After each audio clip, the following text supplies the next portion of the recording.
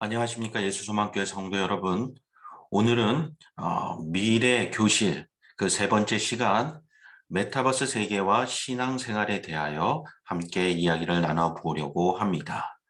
이 미래 교실을 통해서는 우리가 성도로서 세상 가운데서 한국 사회와 세계 사회의 미래를 어떻게 준비하면 좋을까 해서 그 출발이 되었습니다.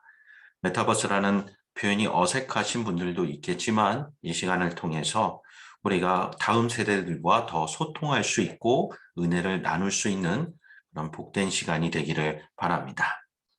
함께 살펴보도록 하겠습니다. 많이 익숙하신 그림일까요? 핸드폰이나 컴퓨터를 통해서 여러분이 보시는 페이지 중에 이 페이지는 우리에게 잘 알려진 페이스북이라는 소셜 네트워크 이야기를 나누는 공간이 되겠습니다. 아무래도 저와 같은 중년의 나이 세대들은 이 페이스북이 주로 소통하는 방식이 됩니다. 세대별로 쓰는 그 가상의 공간이 차이가 있습니다. 그런데 몇 주 전에 큰 변화가 하나 발생했습니다. 오늘 화면에 등장하는 것처럼 이 페이스북의 사장인 주커버그가 그 회사의 이름을 아예 바꿔버립니다. 엄청난 일이 되는 것이죠. 그러면 그 이름을 무엇으로 바꾸게 되었느냐? 여기 보시면은 메타라는 이름으로 등장하게 됩니다. 우리 메타라는 이름이 메타버스하고 같은 단어를 쓰는 거죠. 옆에는 수학적인 기호 중에서 무한대의 표시인 팔자를 옆으로 눕혀놓은 것 같은 그림을 가지고 이제는 서류상으로 페이스북이라는 회사는 없습니다. 메타라는 회사가 등장했고 메타라는 회사 산하에 페이스북이라는 부서가 운영되는 그런 시스템으로 돌아가게 되는 겁니다. 그렇다면 페이스북으로 세계적인 거부가 되었던 주커버그가 왜 회사의 이름을 메타라고 바꾸는 큰 불편함을 굳이 감수하는 걸까요? 이는 앞으로의 시대가 메타버스의 세상이 될 것이고 먼저 선구자적으로 뛰어들어서 선점하고 싶은 마음이 있었기 때문입니다. 실제적으로 경제와 IT 분야의 뉴스들을 접하시는 분들은 알겠지만 이 페이스북의 창업주인 주커버그가 선구자는 아닙니다. 이미 다른 기업들이 많이 하고 있습니다. 이제 그것들을 한번 살펴볼 텐데요. 그러면 메타로 회사 이름을 바꿀 정도로 기획하고 있는 것이 무엇이냐? 살짝만 엿보도록 하겠습니다. 우선은 요즘에 알려진 기술로는 이렇게 고글을 쓰고 컨트롤러를 이제 손에 붙잡고 가상의 세계가 이제 화면으로 보여지게 되는 거죠. 그럼 그 세계 속에는 어떻게 되어 있냐? 여러 가지 모양이 있지만 그 중에 하나가 이겁니다. 여기 나온 아바타 보이시나요? 이제 캐릭터죠? 누구하고 많이 닮았죠? 그러니까 가상세계의 공간은 우리 기성세대 입장에서는 가짜다라는 인식이 강하지만 다음 세대에게는 나의 또 다른 표현이라고 긍정적으로 봅니다. 여기에 등장한 이 캐릭터도 주커버그를 아바타로 형상화해서 그래서 커스터마이징 한다고 그러죠. 비슷하게 만들어서 가상 공간에서도 활동을 합니다. 그래서 자기의 정체성을 드러내는 거죠.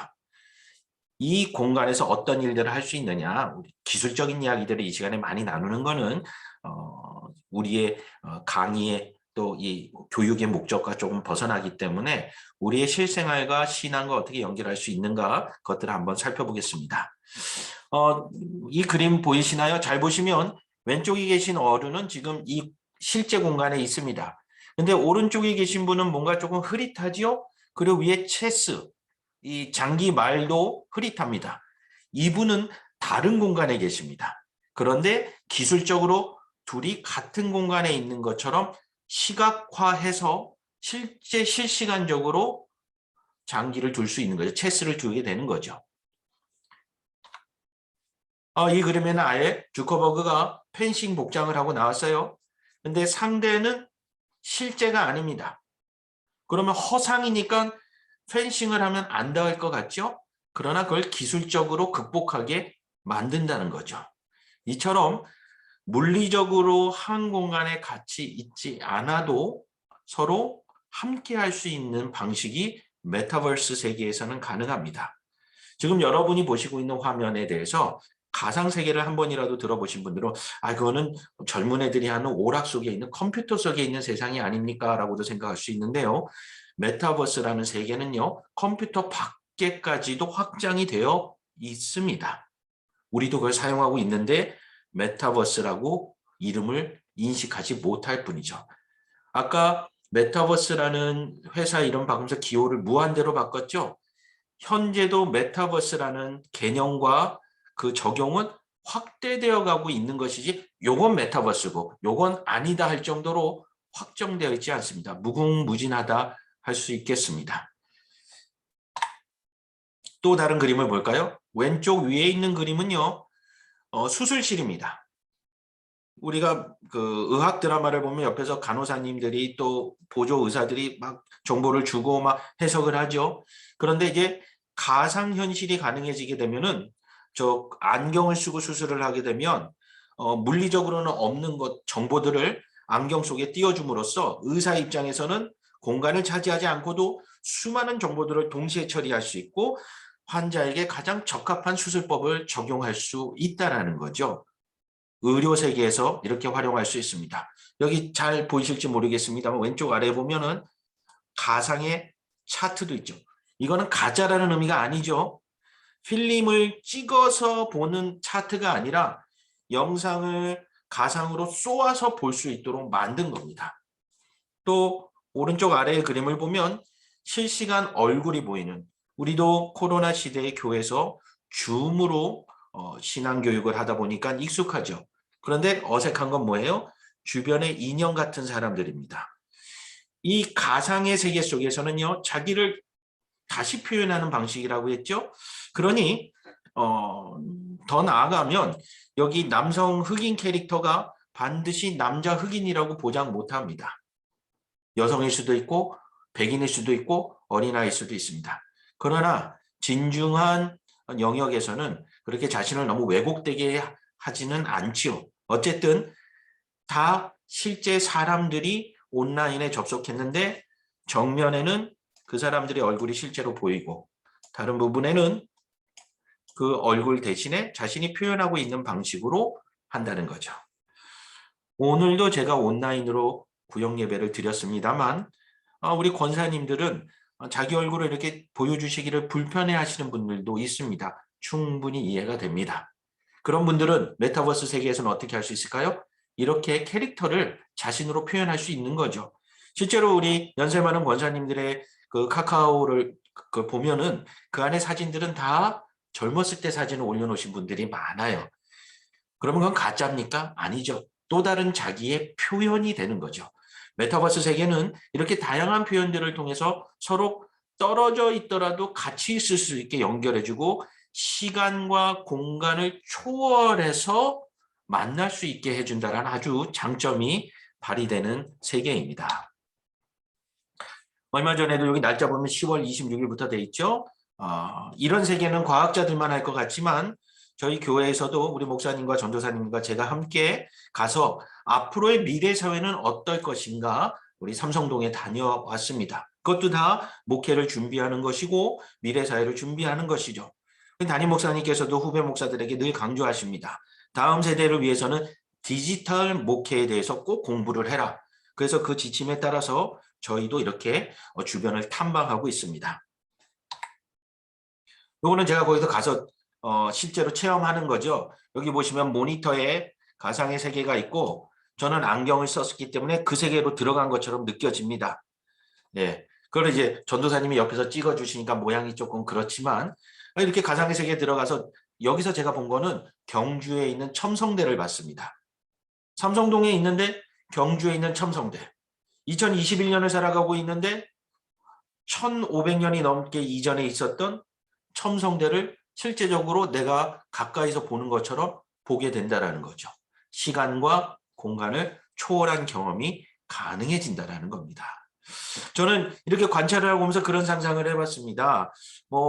우리가 물질을 많이 들여가지고 이스라엘을 여행 가서 성경에 나오는 배경들을 보는 그것도 참 의미 있는 일이겠죠. 그러나 형편이 되지 않는 분들 있죠. 그 경제적으로 안 되는 분도 있지만 이제 건강이 좋지 않아서 해외여행이 어려우신 분들. 그분들이 만약에 저런 컨텐츠가 준비되면 안경을 쓰고 이스라엘 땅을 한번 쭉 보면 성경을 읽을 때 훨씬 깊이 있게 이해할 수 있죠. 갈릴리 바다에 폭풍이 쳤다 그냥 말하는 것보다 정말 갈릴리 바다에 폭풍이 치는 그 가상의 세계 영상을 컨텐츠를 내가 체험을 하면 더 성경에 나온 이야기들이 경험되어질 수 있지 않을까 그런 생각도 해봅니다. 얼마든지 기독교의 영역에서도 활용할 수 있는 기술이다 그런 생각이 들더라고요. 이뿐만이 아니라 학교에서도 활용할 수 있습니다. 또 연구소에서 회의할 때도 활용할 수 있습니다. 근데 보시다시피 실제 사람이 아니라 아바타라는 캐릭터를 쓰기도 하죠. 조금 전에는 줌처럼 실제 얼굴을 보여주기도 하고 이것들이 복합적으로 섞여 있습니다. 화면에 나와 있는 것만 보다 보니까 너무 피곤해서 요즘에는 줌 fatigue라는 단어가 나왔습니다. 줌 피로 증후군이에요. 화면 속에 갇혀 있으니까 불편해진 거예요. 그러다 보니까 그것을 극복하는 또 다른 가상세계의 프로그램과 아이디어들이 계속해서 개발되고 사람들의 관심을 받고 있습니다. 영화를 오늘 2번 추천할 건데요. 이 중간에서 한 번쯤 추천할 영화는요. 아바타라는 영화입니다. 사실 아바타라는 용어 자체는요. 힌두교에서 유래된 말입니다. 그러나 뭐 종교성을 우리가 갖고 있지는 않습니다. 아바타라는 내 본인이 아닌 또 다른 나의 모습을 의미합니다. 이렇게 말해도 잘 이해가 안 되죠? 이 아바타라는 영화가 참 재밌습니다. 오락 영화로 즐기기에 참 좋으니까 여러분이 쉬는 날 아바타를 보면 가상세계가 살짝 이런 느낌이겠구나를 간접 경험할 수 있습니다. 그러니 기회가 되시면 아마 아바타 시리즈로 계속 제작되고 있으니까 보시는 것도 이해에 어떤 도움이 될 것 같습니다. 자, 우리가 알만한 기업들이죠. 마이크로소프트, 우리 컴퓨터에 쓰는 윈도우 뭐 이런 걸 다 판매하는 곳이죠. 그 다음에 구글. 그래서 우리가 뭐 인터넷 검색을 하죠. 그리고 지메일이라고 이메일 서비스도 활용을 하게 되죠. 저도 주로 이제 구글 위주로 활용을 합니다. 스케줄, 또 달력, 일정표, 이메일, 메모장. 저는 다 구글 계정에다가 다 정보를 저장해 놓습니다. 애플. 우리나라에 삼성도 있지만 미국에 아이폰도 있죠. 그래서 애플도 있습니다. 근데 이제 슬슬 낯선 기업이 나오죠. 엔비디아는요. GPU라는 것을 만들어냈습니다. 좀 어려운 얘기로 성도님들에게 들릴지 모르지만 아시는 분한테는 쉬운 얘기입니다. 컴퓨터 안에 중앙 제어 장치를 CPU라고 합니다. 그래서 그 프로세스를 통해서 컴퓨터가 막 계산하고 돌아가서 우리에게 여러 가지 뭐 수식도 보여주고 영화도 보여주고 다 그 대기하는 게 그 두뇌와 같은 기능을 합니다. 엔비디아는 뭐 하는 회사냐? 그 화면이 잘 보여지도록 그 영상, 그래픽이 잘 색깔도 드러나고 할 수 있는 장치를 만들던 회사예요. 그런데 그 회사가 성장을 해서 우리가 컴퓨터의 그래픽만 담당할 것이 아니라 전반적으로 연구해보자. 그래서 GPU는 CPU의 앞자가 그래픽으로 바뀐 거예요. 그래서 이 구현이 가능해진 거예요. 가상세계라는 게 뭐예요? 우리가 시각적으로 들어가서 보는 거잖아요. 그러니 엔비디아와 같은 기업들이 요즘에는 가장 각광받고 급성장하고 있는 세계적인 기업이 되고 있습니다. 조금 전에 회사명이 바뀌었다는 페이스북, 또 우리가 물건을 주문하는 아마존이 물건을 유통을 해서 걷어들이는 수익은요. 그 기업의 총 수입의 30%도 안 됩니다. 우리는 그런 쪽으로만 이용하니까 아마존이 그런 기업인 줄 알죠? 아마존의 70% 이상은요. 이 가상세계에 대해서 서비스를 함으로써 수익을 거둬들입니다. 상상이 되시나요? 전 세계를 대상으로 장사하고 있는 아마존이 거둬들이는 수익이 실제로 재화를 유통하고 판매하는 건 30%예요. 그거의 2배 이상이 되는 70%는 뭡니까? 가상세계를 운영하는 서비스를 제공함으로써 어마어마한 수익을 거둬들이고 있다는 거죠.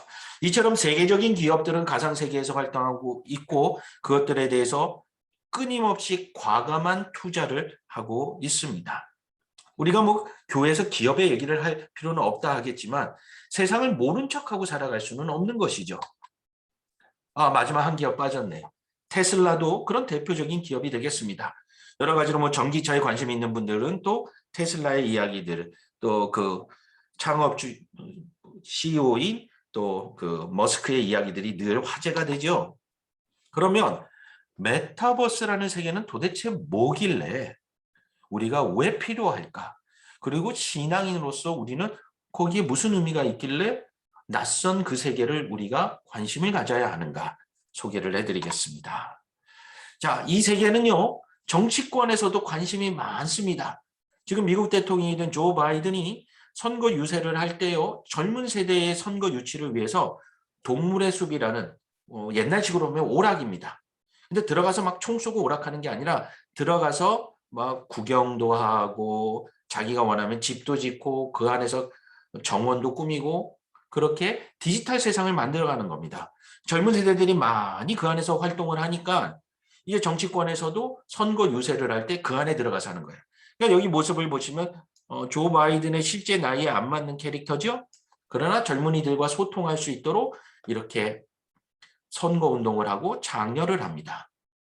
동물의 숲이라는 가상세계 오락거리 프로그램이 있습니다. 그럼 조 바이든만 이렇게 했느냐? 여러분이 또 아실 만한 인물이 있죠?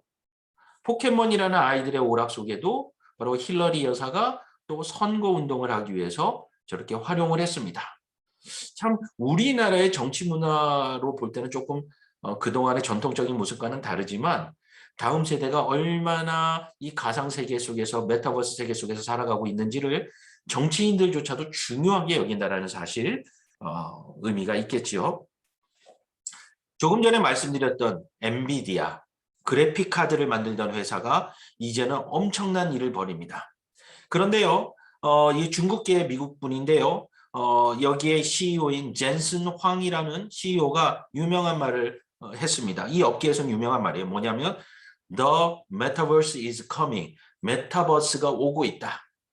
우리 그 외국 드라마 좋아하시는 분들은 아시는 유명한 드라마가 있어요. 한국에서도 유행을 했는데 왕자의 게임이라는 드라마가 있습니다. 거기서 나오는 유명한 대사가 뭐냐면 Winter is coming. 겨울이 오고 있다. 그 대사가 아주 유명합니다.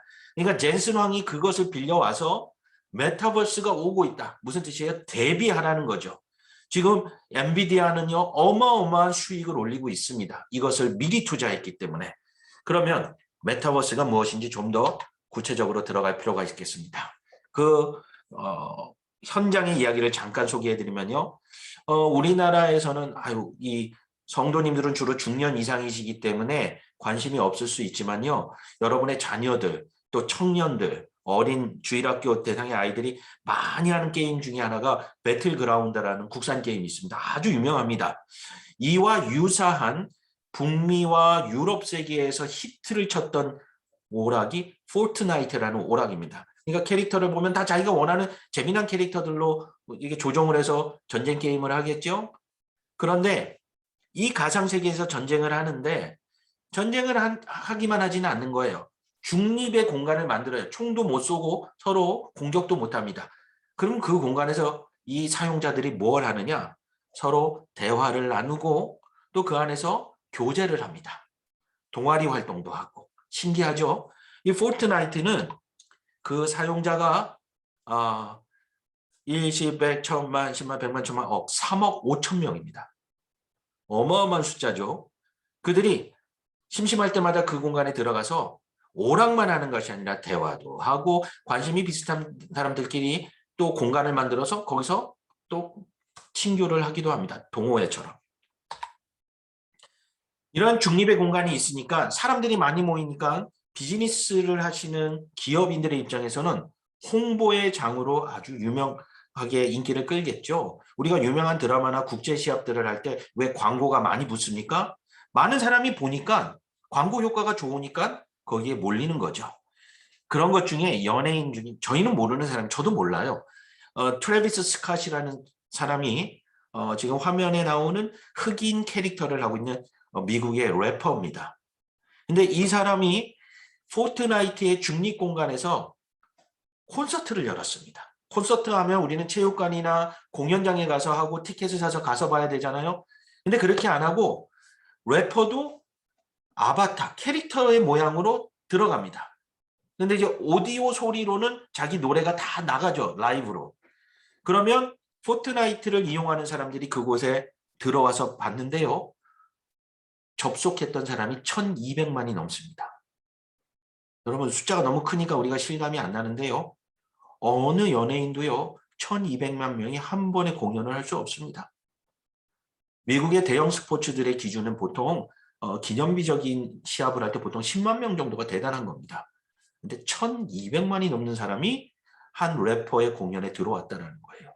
엄청난 일이 벌어진 거죠. 우리가 한국 연예인으로 자랑스러운 BTS도 바로 이 포트나이트의 중립공간에서 캐릭터를 만들어서 거기서 공연을 했습니다. 우리는 오락의 공간으로 생각하는 옛날 개념이 있는데 그렇지 않습니다. 가상의 공간에서 젊은이들이 그것을 보고 그것들을 소비하고 있다는 거죠. 그러면 지금 외국에서만 이런 것이 있느냐? 그렇지 않습니다. 여러 공간이 있는데요.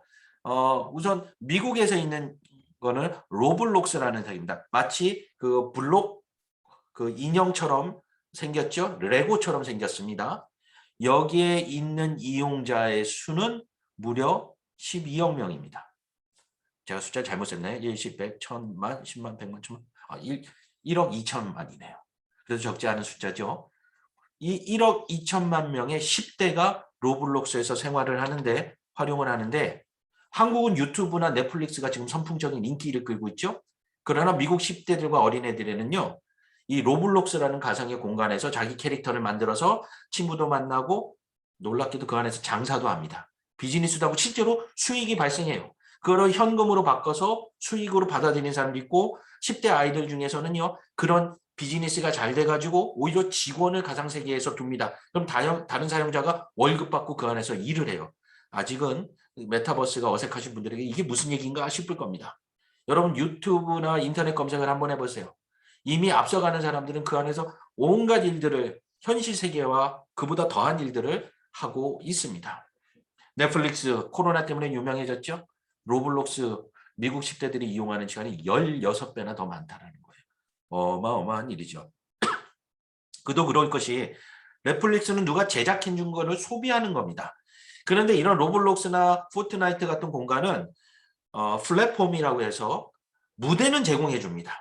그러나 무대 위의 내용물들은 사용자들이 만들어 갑니다. 그러니까 창작을 해낼 수 있으니까 더 많은 사람들이 열광을 하는 거죠. 요거는 뭔지 아세요? 요 영어로 이제 대화를 하면 그 문자처럼 대화문이 올라가죠. 뭐라고 써 있냐면 We have hope throughout faith. 우리는 믿음을 통하여 소망을 품습니다. 뭘까요? 가상세계의 교회가 있어요. 거기에 젊은이들이 아바타를 가지고 가상세계 안에서 물리적으로 이동을 해서 예배를 드립니다. 아직은 한국교회 입장에서는 너무 이상한 얘기처럼 들리겠지만 그러합니다. 우리나라에서도 이러한 IT 산업에 대해서는 뒤처지면 섭섭하죠. 그래서 우리나라에서도 네이버, 바로 우리 교회 옆에 있는 네이버 회사에서 제페토라는 가상 공간을 만들었습니다. 근데 제페토라는 이름 여러분 아시지 않나요? 맞습니다. 피노키오 이야기에서 나무 인형인 피노키오가 사람이 되게 했던 그 할아버지 이름이 제페토입니다. 아주 상징적이죠? 생명이 없는 가상의 공간에서 사람들이 활동, 생활을 하기 때문에 제페토라는 이름은 잘 붙였다. 그런데 이 제페토의 상당수의 이용자는 네이버 한국 기업인데도요. 지배적으로 외국인들이 더 많이 이용합니다. 그러다 보니까요. 이런 홍보물에도 보면 오른쪽 아래 그림에 보면은 그 히잡, 이슬람 복장을 한 캐릭터도 있죠. 그러니까 한국 기업이지만 전 세계적으로 활동하는 됩니다. 그리고 K 문화가 퍼져나가죠. 한국의 연예인들이 전 세계적으로 사랑을 받는 현상이 일어나니 이러한 공간에 누가 또 관심을 갖느냐? 한국 연예 기획사들이 관심을 갖습니다. 이곳을 이용하는 자, 제페토, 한국 기업이라서 한국 사람만 이용할 것 같지만 그렇지 않습니다. 이곳을 이용하는 사람도 2억 명 가까이 된다는 거죠. 자, BTS를 만들어낸 빅히트라는 기업, 그 다음에 유명한 YG, 또 JYP, 이 사람들이요, 이 기업들이요, 제페토에 어마어마한 투자를 하고 있습니다. 뭐 금액을 투자하는 정도가 아니라 그 안에서 온라인 공간 안에서 아바타를 통해서 자신 소속사의 연예인들이 활동을 합니다. 대표적인 게 지금 뭐 젊은 문화에 관심 있는 분들은 다 아는 그룹이에요. 블랙핑크예요. 여기도 한국 사람만 있는 게 아니에요. 태국 가수도 있어요. 리사라고. 그러면은 여기 밑에 글 보면은 그들을 또 아바타화했죠. 이게 나이 많으신 분들은 잘 이해가 안 되죠. 아, 이거 가짜 인형 같은데 그걸 뭐 누가 좋아하겠냐. 그러나 아바타로 공간에서 팬 사인회를 했습니다. 그랬더니요, 동시간적으로 일시 100, 1000만, 10만, 100만, 5천만 명이 접속을 했습니다. 전 세계에서. 그래서 블랙핑크 연예인들이 캐릭터화해서 이 연예인들도 이제 온라인에 접속하는 거예요. 그래서 온라인으로 만나는 거죠. 그러면은 전 세계의 팬들이 굳이 한국까지 오지 않아도 만날 수 있으니까 막 몰리는 거죠. 5천만 명이라는 숫자. 우리가 지역에 제한되던 생각을 가지고 있으면 이 숫자는 불가능하죠. 거의 남한 전체 인구에 맞먹는 숫자가 동시적으로 한 연예인 그룹을 만나기 위해서 모였다라는 거죠. 그런데 왜 우리에게 이러한 것들이 낯설게 들리느냐? 낯설지 않습니다. 절대적으로. 한국 기업들은 여기에 어마어마한 투자를 하고 있습니다. 단지 교회와 신학자들이 이곳에 관심이 적기 때문이죠. 그래서 제가 반증을 하기 위해서 메타버스에 대해서 연구한 연구물들이 있나 하고 한국의 모든 학자들이 연구물을 올리는 RISS라는 정보 사이트가 있습니다. 거기에 들어가면 모든 학자들이 쓴 연구물들이 다 올라가 있게 되거든요. 거기서 메타버스로 검색을 했더니 기독교인이 교회의 관점에서 쓴 논문 단 한 건도 없어요. 가상현실, 가상세계라는 거를 넣어서 한번 검색을 해봤더니 1800개가 넘는 논문이 나와요. 이제 세상에서는 각광을 받고 있으니까. 그러나 선교와 관련되어서 이걸 연구한 거는 5개밖에 없어요. 뭐 그중에 2개는 제가 쓴 겁니다. 그러니까 아주 초기 단계이고 한국 사회에서는 세상의 비즈니스는 어마어마한 투자를 하고 있는데 교회는 무관심한 영역이 되는 거죠. 증강현실만으로 했더니 2개밖에 없습니다. 세상에서는 1600개가 넘는 연구가 이루어지는데. 그래서 기독교 진영이 연구한 메타버스는 뭐가 있느냐? 0.5%도 안 된다는 거죠. 이만큼 관심이 없습니다. 저도 그래서 다음 세대를 준비하는 입장에서 개인적으로 연구하고 공부하고 있는 부분이 바로 이 영역입니다. 자, 이거는 뭐 기독교 책이 아닙니다. 가상은 현실이다 하는 책이 지금 일반 시중에 있죠. 한 부분을 제가 소개해 드릴게요. 가상화 혁명은 문명의 풍경을 바꾸며 우리에게 근원적인 질문을 던진다. 그럼에도 이에 대한 철학적 고찰을 찾기가 어렵다. 오늘날 기술에 대한 담론은 철저히 산업의 언어로 조직된다.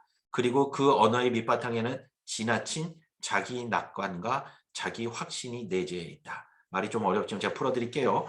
이분은 뭐 종교와 관련이 없는 분이니까 철학이라는 단어로 표현을 했어요.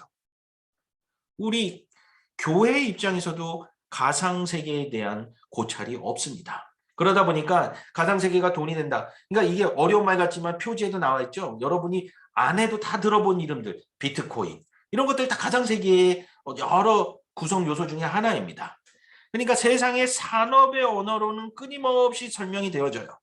그런데 여기에는 뭐가 있느냐? 인간이 자기 신뢰. 그러나 세상의 전문가들이 볼 때도 그게 지나치다라는 거예요. 과연 그것이 우리 인류에게 유익할 것인가? 느리더라도 철학적으로 생각해 보는 것이 너무나도 부족하다는 거죠. 그 안에는 우리 종교도 있다는 거예요. 기독교 신앙이 가상세계에 대해서 주일 설교 들으면서 웬만한 교회에서 비트코인에 대해서 얘기하는 교회 없을 겁니다. 비판적으로 말하는 교회는 있을지 모르겠죠. 그러나 산업의 언어로는 어마어마하게 관심을 받고 있어요. 그러면 신앙인으로 이걸 어떻게 풀어가야 할 것인가? 우리도 준비해야 된다는 것이죠. 또 다른 책은 우리 그 강원대학교에서 교수님이시고 아주 이 메타버스를 한국에 소개하는데 가장 인기 있는 교수님이 이 김상균 교수님이세요. 근데 이분도 비슷한 표현을 결론 부분에서 씁니다. 현실 세계와 가상 세계 사이에는 존재하는 경계는 인간의 기술로 다 무너뜨려도 되는지 철학, 그리고 제가 색깔을 다르게 해놨죠. 종교, 법 등의 다양한 관점에서 생각해야 한다는 거예요. 본인은 기술 전문가로서 이런 것들을 소개하지만 종교인들이요, 기독교인들이요, 당신들이 말하는 의견을 듣고 싶습니다. 라고 도전을 하는 겁니다. 좋은 의미에서. 그래서 저도 이 세계에서 상주하고 있는 젊은이들의 숫자가 어마어마한데 왜 우리는 무관심할까? 거기서부터 사실 질문이 출발했는데 세속에 있는 학자들도 종교와 철학이 의견을 주기를 기다리고 있다는 겁니다. 우리도 마찬가지입니다. 주변에 믿지 않는 분들과 대화를 나누다 보면 그분들이 이런 얘기 할 수 있어요. 뭐 주식 얘기 많이 한다고 그러더라고요. 그럼 비트코인 얘기 안 하겠습니까? 그럼 저희는 교회 다니까 그거 안 돼. 그거는 나쁜 거야. 그러면 세상 사람들이 볼 땐 세상 참 모르고 사는구나 한심하게 봅니다. 안 한다 할지라도 거부한다 할지라도 그에 대한 이해와 지식을 갖고 복음적으로 풀어갈 수 있어야 할 필요가 있다는 거죠. 사실 미래교실을 이렇게 준비하는 이유는 그런 목적이 있는 거죠. 그럼 메타버스는 무엇이냐? 메타라는 말은 초월했다 그런 뜻입니다. 그래서 형 이상학 하면 말이 어렵죠. 막 철학을 얘기하고 플라톤의 이데아를 얘기하고 그런 걸 얘기하면 우리가 좀 머리 아프죠. 왜요? 눈에 보이고 감각적이고 물리적인 세상을 초월한 학문이기 때문에 어려운 겁니다. 그럼 메타 유니버스는 뭐예요? 이 세상 유니버스 우주를 초월한 메타예요. 가상의 세계에 있기 때문에. 그래서 메타 유니버스를 합쳐서 메타버스라는 단어가 나왔습니다. 자, 우리가 이렇게만 말하면 너무 어렵다 그러는데요. 이제 은퇴하시고 연로하신 저의 아버님도요. 제 소개로 방금 전에 보여드렸던 이 책을 읽으시고 강연을 하실 정도예요. 연로하신 아버지께서도 야 이거는 이 시대에 우리가 준비할 때 필요하다 공감하시고 오히려 제가 추천한 책을 읽고 좋았다라고 말씀하시더라고요. 왜 그러느냐? 우리도 모르는 사이에 이미 우리 사회에 다 들어와 있습니다. 근데 우리는 그걸 모르고 쓰고 있고 뒤처지게 쫓아가고 있으니까 어려움을 겪는 것이죠. 자, 메타버스에는 여러 가지 영역이 있고 확장되고 있다고 했습니다. 그중에서 우리에게 지금 경험되어지는 몇 가지만 소개해 드릴게요. 크게 네 가지를 김상규 박사가 소개하고 있는데요. 첫 번째, 라이프 로깅이라고 됩니다. 뭐냐면 일기같이 기록을 남기는 거예요. 무슨 얘기냐? 이거 뭐죠? 페이스북. 페이스북에 뭐 남깁니까? 나 오늘 기분 좋았다. 나 오늘 무슨 일이 있었다. 웃긴 이야기도 올리고 사진도 올리고 기록을 남기는 거죠. 메타버스 세계예요. 자, 여러분이 페이스북에 글을 남겼어요. 손에 잡히나요? 안 잡히잖아요. 메타, 초월적인 세계에다가 다 넣어놓은 거죠. 그리고 우리 자녀 세대들은요. 인스타그램을 이용합니다. 그래서 저희 청년대학부도요. 인스타그램을 이용합니다. 그래서 인스타그램은 페이스북보다 글은 적게 쓰고 사진은 많이 올립니다. 아무래도 다음 세대는요. 텍스트, 글자보다는 이미지, 사진과 그림이 더 익숙한 소통의 수단이기 때문이죠. 그렇기 때문에 달라요. 그러니까 가정에서도 보면 재밌습니다. 부모 세대는요. 말로 가르치려고 해요. 그런데 아이들 세대들은 감각으로 배우려고 합니다. 실제 비즈니스에서도 이런 큰 차이가 있어요. 둘 다 같은 회사입니다. 메타라고 이름을 해놨죠. 메타 이름 안에 페이스북도 있고 주커버그 그 메타 회사 아래 인스타그램도 있습니다. 이런 기록을 남기는 거는 우리나라에서도 예전부터 있었죠. 뭐 지금은 없어진 뭐 싸이월드도 있고요. 여러 가지 모양으로 우리가 SNS, 뭐 카카오 스토리인가요? 그런 것도 있고 이미 우리 메타버스 세계를 활용합니다. 두 번째는 거울 세계라고 부르는 메타버스가 있습니다. 이건 또 뭘까요? 거울이죠. 뭔가를 그대로 비춰주는 거죠. 현실 세계를 그대로 반영해 주는 거예요. 잘 보세요. 우리 운전할 때 내비게이션 GPS 켜죠? 그거 진짜를 보여주나요? 우리 진짜라고 믿죠. 그러나 그림이잖아요. 그러나 그것이 현실의 도로 사정을 그대로 반영하기 때문에 우리는 그걸 가짜라고 말하지 않습니다. 그게 바로 거울 세계의 메타버스가 되는 겁니다. 자, 여러분 코로나 시대 음식 배달 많이 시켜 먹으셨죠? 뭐 배달의 민족, 요기요. 자, 여기 있는 음식이 진짜인가요? 말 그대로 여기 있는 그림이 진짜인가요? 아니에요. 근데 그 그림을 누르고 요청하면 진짜 음식이 오죠. 그림을 보고 거울로 비춰진 이 모습을 보고 주문을 했는데 진짜 음식이 도착했다라는 것입니다. 이런 것들을 거울 세계라고 이야기를 합니다. 다음에는 가상세계. 우리는 이 부분만 메타버스라고 착각하기 쉬운데요.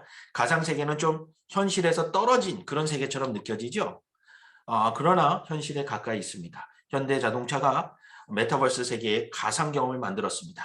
모두가 물리적으로 이제 판매처에 가서 그걸 경험할 수도 없고 또 미래의 자동차는 지금 생산이 안 되고 있으니 계획만 있으니 경험을 할 수가 없죠. 그러나 가상의 세계에서는 가능합니다. 그 안에 들어가서 미래의 현대자동차는 이렇게 발전할 것이고 이런 것들을 준비할 것이다를 보여주면 그것들을 경험하고 이해하게 되고 소비하거나 투자하게 되겠죠. 자, 정치권에서도 그렇습니다. 청와대에 가자. 어른들은 잘 이해가 안 되죠. 그러나 청와대를 메타버스 세계 안에 만들어 놓고 아이들이 저기에 방문했습니다. 아마 여러분의 어린 자녀들이 하는 오락 중에 마인크래프트라는 오락이 있을 겁니다. 여기에 나오는 그림들은 그 마인크래프트 그림과 유사합니다. 자, 네 번째로는 증강세계입니다. 뭐 다양하게 많죠. 말이 어려워서 그러지 그림을 보여드리면 여러분 이해하기가 쉬우실 거예요. 포켓몬고 뭡니까? 핸드폰을 들고 그걸 투영해서 보면 실제 화면과 핸드폰을 통해서 덧입혀진 게 겹쳐서 나오죠. 그러니까 실제와 가상이 같이 나오는 것을 증강현실이라고 합니다. 사실 이 오락이 왜 나왔는지 아세요? 한 아빠가 자기 자녀가 집에만 있어요. 운동을 안 하고 그러니까 건강이 나빠져요. 오락만 좋아해요. 그래서 이걸 개발한 거예요. 그러니 이제 동네를 돌아다녀야 오락을 할 수가 있는 거예요. 저런 아이템들을 모을 수 있고 우리나라에서도 이게 유행해가지고 저기 속초인가요? 거기서만 찾을 수 있는 게 있어요. 거기까지 가야만. 그러니까 젊은이들이 거기까지 여행을 막 갔어요. 가상세계에서 일어나는 일이 현실 세계에서도 영향을 주고 똑같이 일어나고 있는 거예요. 이건 오락이니까 또 기성세대 입장에서 아유 그거 애들이나 하지 그러겠죠? 아니에요. 자 이걸 보십시오. 자동차 운전 화면입니다. 글씨 작아서 안 보이겠지만 덕평자연휴게소라고 써 있어요. 우리가 저도 운전할 때 좀 불편한 게 뭐냐면 이렇게 화면을 봐야 할 때 위험하기도 하죠 때로는. 그런데 앞에 차 유리 화면에 저렇게 보조 자료로 쏴주는 겁니다. 심지어 아래쪽 화면은요. 추월을 어떻게 해야 될지 또 어느 쪽으로 가면 안 되는지 거리가 얼마나 되는지 우리가 마치 텔레비전이나 컴퓨터 모니터를 보듯이 다 보여주는 거예요. 실제 도로 운전 상황과 그 위에 덧입혀주는 거 이런 거는 증강현실이라고 우리가 보통 이름을 붙입니다. 이렇게 해보니까 우리의 실생활에 많이 들어와 있음을 발견하게 되죠. 자, 메타버스 세계 우리 넷플릭스 그것도 어떻게 보면 가상의 세계죠. 실제로 일어나지 않는 세계를 우리가 그 속에서 보는 거잖아요. 근데 넷플릭스의 소유주가 우리의 경쟁자는 누구다라고 얘기한 유명한 강연이 있습니다. 그러면 우리나라에도 여러 유선방송과 채널들이 있는 것처럼 미국에는 아마 예전에 미국을 다녀오신 분들은 잘 아실 거예요. HBO라는 유명한 유선회사가 있습니다. 그런데 이 사람이 말하기를 HBO가 우리의 경쟁자가 아니라는 거예요. 넷플릭스도 스트리밍으로 영상을 보여주고 HBO도 케이블로 영화를 보여주는 회사예요. 그럼 둘이 경쟁자가 되어야 되잖아요. 그런데 아니라는 거예요. 그 말이 저는 맞다고 봅니다. 뭐냐? 여기 써 있는 제가 영어를 그대로 가져왔는데요. We compete with and lose to Fortnite more than HBO. 같은 영상 공급자인 HBO보다 포트나이트라는 오락회사한테 우리는 지고 있다는 거예요. 아니, 종목이 다른데 왜 지느냐? 이거를 이해해야 미래 사회를 바르게 해석할 수 있습니다. 왜 넷플릭스의 보고서에서 같은 영상 공급 회사가 아닌 오락회사가 경쟁자라고 그리고 그들에게 지고 있다라고 말하느냐? 앞으로의 사회는 동종업계에서 같은 아이템을 누가 더 많이 파느냐의 경쟁이 아니라는 거예요. 뭐냐? 어떻게 하면 나의 비즈니스 모델에 사용자들이 더 머물게 할 것이냐. 다시 말하면 이용자들의 시간을 차지하기 위한 경쟁이에요. 사실 우리 교회들은 이걸 이미 겪었습니다. 언제요? 주 5일째 할 때. 옛날에 주 6일째를 할 때는요. 주일날 교회 왔습니다. 근데 주 5일제로 제도가 바뀐다고 하니까 교회들이 걱정하기 시작해요. 왜요? 토요일에 사람들이 나들이 가니까요. 소풍 가니까요. 여행 가니까. 그럼 가서 하루 만에 오면 다행이지만 1박 2일이 여행이 되고 생활화되면 교회 출석률이 내려갈 거라는 거예요. 그러니까 주말의 시간을 놓고 여가 활동의 문화와 교회의 신앙생활의 문화가 시간 싸움을 하는 거예요. 누가 더 많이 차지하느냐. 그와 마찬가지로 이 시대의 비즈니스는요. 이용자들이 얼마나 많은 시간을 어디서 활용하느냐. 결국은 미국 사회에서는 포트나이트라는 가상의 공간에서 사람들이 더 많은 시간을 보내고 있다는 거예요. 그렇기 때문에 넷플릭스는 그거와 경쟁하고 있다고 말하는 것은 정확한 분석이라는 것입니다. 자, 메타버스의 특징을 몇 가지만 소개해 드리겠습니다. 우선 메타버스의 경험은 완전히 다릅니다. 뭐 너무 뻔한 얘기죠? 우리는 메타버스 하면 눈으로 이렇게 보는 것만 생각하는데 오른쪽 그림에 잘 보면 회사 이름이 테슬라 수트입니다. 테슬라에서 만들고 있는 거예요. 글러브예요. 그걸 끼고 이제 앞으로 기술이 더 발달하면 가상세계에서 내가 막 하다가 만약에 권투 게임을 한다. 근데 툭툭 때렸다. 근데 내가 맞는 경우, 때리는 경우 그 촉감이 이 글러브를 통해서 다 전달이 됩니다. 그러니까 눈으로 보는 것이 끝나가고 이제는 온몸으로 체험하는 시대가 오는 겁니다. 그것을 잘 보여주는 영화가 있는데 제가 오늘 강의 맨 마지막에 추천하고 마무리하려고 합니다.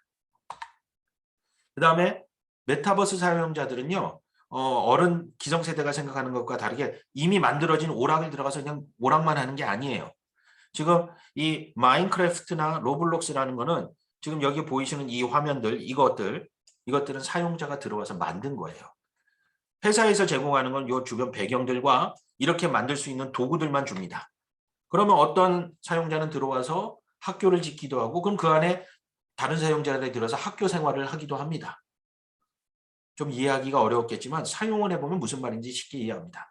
결국 이미 만들어진 것만 공급하는 것이 아니라 사용자들이 참여해서 만들고 확장되어 갈 수 있다는 거죠. 가상의 세계에서 지금 마인크래프트의 세상이 얼마나 큰지 지금 측정하기가 어렵습니다. 계속 사람들이 만들수록 커져가니까요. 그럼에도 불구하고 아직은 기술적인 발달의 한계에서 시각적인 게 중요합니다. 요 오른쪽 아래 화면은요. 가상세계에서 부활절 예배드리는 장면이에요. 그런데 뭐 사랑합니다 표현하면은 모두가 오디오를 통해서 같이 말하면은 아직은 어려운가 봐요. 그리고 젊은 세대는 그것보다는 뭐예요? 하트 모양을 계속 누르는 거예요. 사랑합니다 말하는 것보다. 그러니까 시각적 표현이 더 익숙한 세계가 되겠죠. 요거는 성찬식 하는 모습입니다. 아직 한국 교회에서는 이러한 도전이 익숙하지 않고 불편한 게 사실입니다. 그러나 도전적인 서구 기독교에서는 이거를 시도합니다. 그래서 여기서도 보시면 성찬식을 하고 가운데에 목회자가 빵과 포도주를 놓고 합니다. 이건 논란이 많은 이야기지만 또 어떤 실험적인 예배를 하는 진영에서는 하고 있습니다. 그래서 어떤 분은 지저스하고 또 다른 분들은 이제 미국 사회에서 많이 쓰는 all the time, 항상 그러합니다. 그렇게 이렇게 모여서 종교 활동을 하는 모습들도 보게 되죠. 자, 모든 세계가 아까도 많이 강조했죠. 동시간대로 연결된다는 거죠. 우리 테슬라의 그 사장 이야기를 들으면서 그냥 아니 뭐 전기 자동차 만드나 보다 뭐 그렇게만 생각하는데요. 아마 관심 있는 분들은 다 들어보신 내용이에요. 최근에는 스페이스 X라는 우주 여행 산업을 통해서 도전하고 있고 이 머스크의 가장 유명한 말 중에 하나가 뭐냐면 화성 가자는 거예요.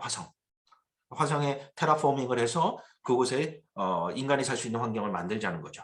그러나 이것이 그런 우주에 대한 이야기들로만 끝나지 않습니다. 이 사람이 또 도전하고 있는 첫 번째 뉴스에서 종종 보셨을 거예요. 첫 번째 여기 써 있는 유로링크입니다. 유로링크 뭐냐? 신경을 연결하는 거예요. 그래서 내가 생각하는 것이 컴퓨터에서 구현되는 거예요. 더 쉽게 말하면요. 내가 생각하는 것을 기계가 내가 말하지 않아도 생각이 전달돼서 작동하는 거예요. 뭐 아직은 상상의 단계고 초기 단계이긴 하지만 도전하고 있다는 거죠. 또 하나는 비슷한 이름이 있어요. 스타링크예요. 스타링크는 뭐냐? 인공위성이 보통 크죠? 근데 초소형 위성을 수만 개를 대기권에다 띄웁니다. 그럼 완전 화면에서 보는 그물망처럼 되어 있겠죠? 그러면 통신 연결선이 더 촘촘해지겠죠. 그리고 더 정확해지죠. 그리고 뇌 속에서는 뉴럴링크가 있어요. 그럼 뭐예요? 다 연결되는 거예요. 어떻게 보면 공포스러울 수도 있겠지만 아직 기술의 차원에서 도전을 하고 있습니다. 만약 스타링크가 이제 상용화되면요. 여러분이 가지고 있는 자동차 내비게이션이 훨씬 정확해지고 테슬라 때문에 요즘에 많이 얘기되는 자율주행이 거의 완전 자율주행에 가까울 수준이 될 수 있어요. 왜냐하면 수만 개의 눈이 지구를 감싸고 있기 때문에 이제 그러한 정보들을 소통할 수 있다는 거죠. 그러면 이런 세계에 대해서 기독교는 가만히 있었느냐? 아닙니다. 도전해 왔었습니다. 주로 해외의 사례들이 많죠. 첫 번째 사례는요. 2004년이에요. 그러니까 상당히 오래전이죠. 세컨드 라이프라는 아까 뭐 제페토라든가 포트나이트라든가 가상세계 공간을 제공하는 회사예요. 그곳에 영국의 한 교회가 Church of Fools,라는 가상교회를 개척했습니다. 번역을 그대로 하면 바보들의 교회죠. 왜냐하면 실험적인 교회였기 때문이에요. 과연 가상세계에서도 교회가 가능할 것인가? 그리고 임시적으로 운영할 계획으로 시작했는데 거기에 예배를 참석했던 전 세계 사람들이 이걸 없애지 말아달라고 부탁을 합니다. 그래서 다른 이름으로 이 교회가 운영이 되는데 그것이 세인트 픽셀이라는 교회로 운영이 되기 시작합니다.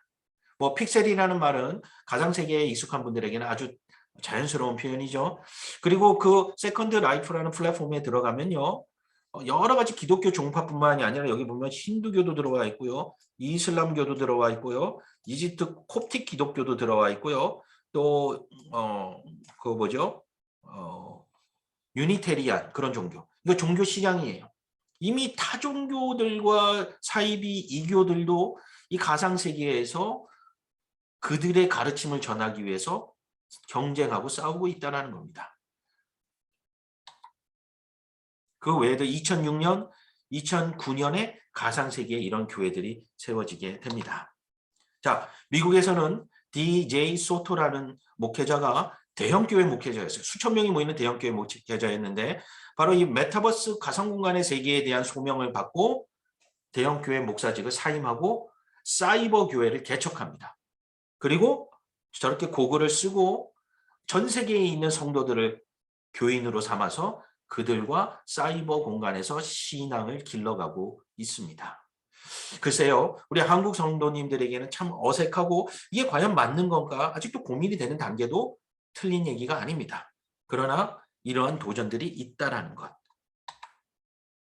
그리고 그 교회에서 세례식을 합니다. 실제적으로 물리적으로 한 공간에 모이지 않으니까 어떻게 해요? 가상 공간에서 세례를 베풉니다. 그러니까 참석한 사람들도 다 사람 모양만 있는 게 아니에요. 로봇 캐릭터를 택한 사람도 있고. 그럼 우리 같이 전통적인 신앙을 지키는 입장에서 볼 때는 아유 이게 맞나? 충분히 우리가 논의를 해봐야 됩니다. 저는 이러한 형태가 맞다라고 지금 여러분에게 말씀드리는 게 아니라 이러한 세계에 수많은 잃어버린 영혼들이 활동하고 있는데 그것을 모른 척하고 무지한 상태로 있으면 안 된다라는 차원의 소개를 해드립니다. 제가 번역을 해놓고 출간을 하지 않았던 책 중에 하나가 심처치입니다. 미국의 심시티라는 도시를 만드는 그 오락을 아시는 분들은 바로 눈치챘을 겁니다. 심시티라는 오락에서 이름을 따서 심처치입니다. 현실 세계의 교회는 벽돌과 시멘트로 이루어져 있죠. 우리가 건축을 하니까. 그러나 가상세계는 IP 주소예요. 인터넷 접속 주소와 경험을 공유할 수 있는 가상의 상태로 새로운 모임이 일어나고 있다는 거죠. 이런 교회의 장점은 뭐냐? 이 표현에 나온 거예요. 우리도 교회 건축하다가 시험 드는 경우가 많죠. 건축비가 어마어마하니까요. 그러나 가상세계에 교회를 세우는 거는 과부의 재원 조달. 이게 무슨 소리냐? 과부의 두 랩돈. 단돈 몇 푼으로도 교회를 만들 수 있다는 거죠. 그러니까 하나님께서 우리에게 주신 물질들을 교회 건축에 그렇게 투자하는 부담을 줄일 수 있다는 거예요. 그리고 아바타 캐릭터 모양으로 만나게 되죠. 그러니까 사회적 장벽, 선입견을 줄일 수 있어요. 저도 이제 미국에서 교회들을 방문하고 흑인 교회는 흑인들 위주죠. 백인 교회는 백인들 위주예요. 그러나 가상의 세계에 들어가서 흑인이지만 백인을 택할 수도 있고 아니면 뭐 곰인형을 쓴 캐릭터를 택할 수도 있고 그러니까 인종에 대한 선입견을 무너뜨릴 수 있다는 거예요. 물론 위험도 같이 있습니다. 신분을 속이는 사람도 있을 수 있고 위험도 같이 있을 수 있지만 어쨌든 일반 사회에서 이런 활동이 이루어지고 있으니 교회, 성도의 모임도 이곳을 모른 척할 수밖에 해서는 안 된다는 거죠. 중요한 점은 가상세계의 교회는 이제껏 우리가 경험한 어느 교회와도 전혀 다르다는 거예요. 이 얘기가 중요한 이유는 무엇이냐? 우리가 그것들에 대해서 기존의 교회의 개념으로 접근하면 안 된다는 거예요. 복음을 양보하라는 얘기는 절대 아닙니다. 그러나 문화적인 교회 형태가 있죠. 그 문화적인 요소까지도 그대로 끌어안고 가상세계로 들어가면 하나도 맞지 않습니다. 복음을 가지되 그들의 언어와 모습으로 표현될 수 있도록 선교사의 마음으로 개척을 해야 되는 것이겠죠. 자, 그러면 교회를 벗어나서 그러면은 한국의 교회 사례들은 없는데 메타버스를 활용한 실제 세상의 사례들은 늘어나고 있습니다. 코로나로 인해서 모여서 대면 수업을 할 수 없게 되었죠. 그래서 순천향대학교에서요, 모든 신입생들에게 아바타 선물을 했습니다. 그리고 여기 보시면 순천향대학교 가상 입학식, 집에서 온라인으로 접속하면 학교 아이디로 자기 캐릭터가 생겨요. 그럼 그걸 가상 공간 안에서 이동을 클릭해서 움직입니다. 그래서 입학식에 같이 가요. 그래서 거기서 대화를 나누고 입학식을 치루었다라는 거예요. 한양대학교 같은 경우는요, 홀로그램이라는 게 있어요. 여기 보이시는 여기 불투명한 요게 홀로그램입니다. 오른쪽은 스튜디오에서 이 교수님이 지금 강의를 진행하고 있어요. 그러면 동시간적으로 한양대학교 서울하고 저 경기도에 두 군데 캠퍼스가 있잖아요. 한 교수님인데 두 군데에서 동시적으로 강의가 되는 거예요. 녹화 강의가 아니에요. 실시간이에요. 그리고 학생들이 양 캠퍼스에서 질문을 하면 스튜디오에 있는 교수가 그걸 듣고 대답을 합니다. 몸은 다른 곳에 있지만 홀로그램을 통해서 양 교실에서 동시간에 수업을 할 수 있고 녹화본이 아닌 실제적인 대화와 질문과 대답이 오갈 수 있다는 거죠. 그러면 우리 한국 교회는 어느 수준에 이르렀느냐? 지금 기독교 방송인 뉴스들을 보세요. 그리고 두 번째 그림은 우리도 하는 이제 줌을 통한 예배죠. 그래서 여러 가지로 온라인 교회라고 하기도 하고요. 교회 온라인이라고 하기도 하고 또 뭐 몇몇 교회에서는 그거를 브랜드화해서 온라인이라고 해요. 올이 모두죠. 그러니까 뭐예요? 대면과 비대면을 다 잡겠다. 그래서 온라인이다. 그런데 문제점이 있다는 거예요. 기성세대 중심의 접근이에요. 더 정확히 말하면 믿는 자 중심의 접근이에요. 이 채널에 들어오는 불신자는 없어요. 이거 복음을 전하기 위한 게 아니에요. 의도는 그렇다고 하지만 실제적으로는 일어나지 않는 일들이에요. 성도들끼리 모여서 예배하는데 모여 예배할 수 없으니 온라인으로 옮겨갔을 뿐이라는 거예요. 그러니까 신앙생활을 디지털로 할 수 있을지 모르지만 복음 전하는 거하고는 상관이 없다라는 거예요. 우리는 그 공간에 누가 들어오기를 원하지만 실질적으로 메타버스를 소개하는 이유는 그곳에서 활동하는 많은 잃어버린 영혼들을 생각했기 때문에 우리가 도전해야 하는 것인데 현재 한국교회는요. 기존 회원, 성도들을 위한 온라인 서비스만 존재합니다. 우리가 이러한 다음 세대를 생각할 때 세 가지로 세대를 구분하는 학자가 있는데요. 대부분의 고령화된 교회는요. 아날로그 방식에 익숙합니다. 그러니까 방송 설교도 아날로그식이에요. 기술만 디지털이지 생각은 다 아날로그입니다. 아날로그는 다 순차적이고 시간의 흐름에 따라서 진행되는 방식을 말합니다. 디지털은요. 시간을 건너뛸 수도 있어요. 여러 가지로 공간을 건너뛸 수도 있어요. 아마 저 같은 사람들은 디지털 지체자예요. 아날로그로 태어났는데 디지털 문화를 학습하고 그것을 해야 되나 말아야 되나 고민하는. 그러나 다음 세대 우리 주일학교 아이들은요. 디지털 세대입니다. 여러분 식당을 가보세요. 어린 아이들 5살, 6살짜리 아이들이 아이패드 켜놓고요. 자기가 보고 싶은 거 봅니다. 게임도 합니다. 가끔 보면요. 엄마 아빠가 켜줘서 하는 게 아니라 아이가 조작을 다 해요. 아이들이 우리들보다 더 앞서가고 있다는 거죠. 제가 학교에서 가르칠 때에 믿지 않는 아이들이 대부분이었기 때문에 그 아이들에게 메타버스 세계 속에 그 외국 사례지만 그 교회에 방문해보고 감상문을 써내라고 그랬어요. 몇 가지만 소개해 드릴게요. 믿지 않는 학생이 써낸 내용이에요. 두 종교 행사를 방문했는데요. 이렇게 그러니까 지금 나오는 표현들은 교회적 표현이 아니에요. 불신자들이 표현하는 방식이죠. 두 행사에서 마지막에 멤버들과 저는 서로 이해하고 각각의 여행에서 서로를 지지한다는 점에서 매우 친밀감을 느꼈습니다. 믿지 않는 젊은이들이 교회 나와서 친밀감을 느끼기 어렵습니다. 그러나 가상의 세계는 그러한 부담이 적기 때문에 쉽게 다가갈 수 있어요. 쉽게 대화를 나눌 수 있는 그런 장점이 있다는 거죠. 자, VR은 가상세계의 약자입니다. VR 종교활동을 모두 경험한 후 VR이 알려지고 사람들에게 보편화되면 실제 종교활동 못지않게 이 경험도 주류가 될 수 있겠다라고 생각이 들었답니다.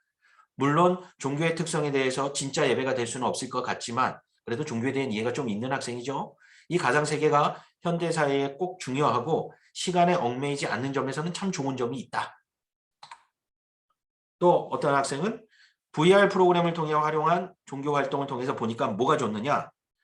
신도들 간에 서로 차별을 없애고 특히 장애를 가지신 분들, 사회적으로 계층이 낮은 분들, 이런 분들이 교회에 나올 때 이 교회는 나보다 부자네. 아우 이 교회는 좀 저기 문제 있는 사람만 보인다. 이러면서 우리가 차별을 둔단 말이죠.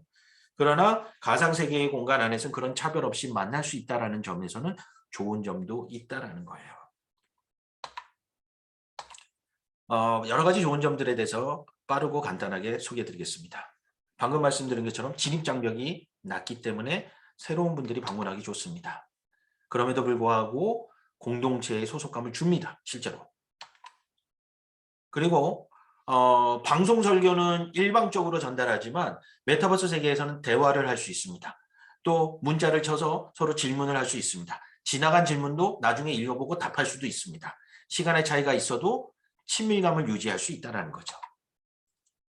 교회 건물뿐만 아니라 가상에서 야외를 세팅하고 만날 수 있죠. 만약에 골고다 언덕을 세팅해놓고 그 안에 들어가서 예배드릴 수도 있다는 거죠. 그리고 중간중간에 불신자들이 궁금한 게 있겠죠. 저도 교회 활동을 하면서 우리 주기도문 사도신경 할 때 어마어마하게 빠른 속도로 합니다. 마치 불신자는 없을 것이다라고 전제하는 거죠. 그러면서 기도할 때는 우리가 새 영혼이 오기를 기도합니다. 교회가 불친절하다는 거죠. 추가 정보가 없어요. 왜 일어나고 왜 앉는지, 헌금의 의미가 무엇인지, 예배 시간에 찬양하는 이런 의미가 뭔지 이미 믿는 사람들끼리만 모이니까 설명은 안 하죠. 그러나 가상의 교회는 그것들을 깨버립니다. 믿지 않는 사람들이 올 거다. 궁금한 사람들이 올 거다. 그래서 화면에서도 보다가도 궁금한 거에 대해서 메뉴를 만들어 놓습니다. 주기도문 하는 순간에 주기도문 설명이 뜹니다.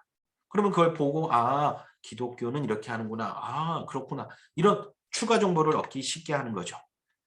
다시 말하면 질문할 기회를 줍니다. 우리 예배 시간에 질문 못하죠? 그런데 가상의 세계는요. 예배 시간에 대화창에다가 질문을 올릴 수 있습니다.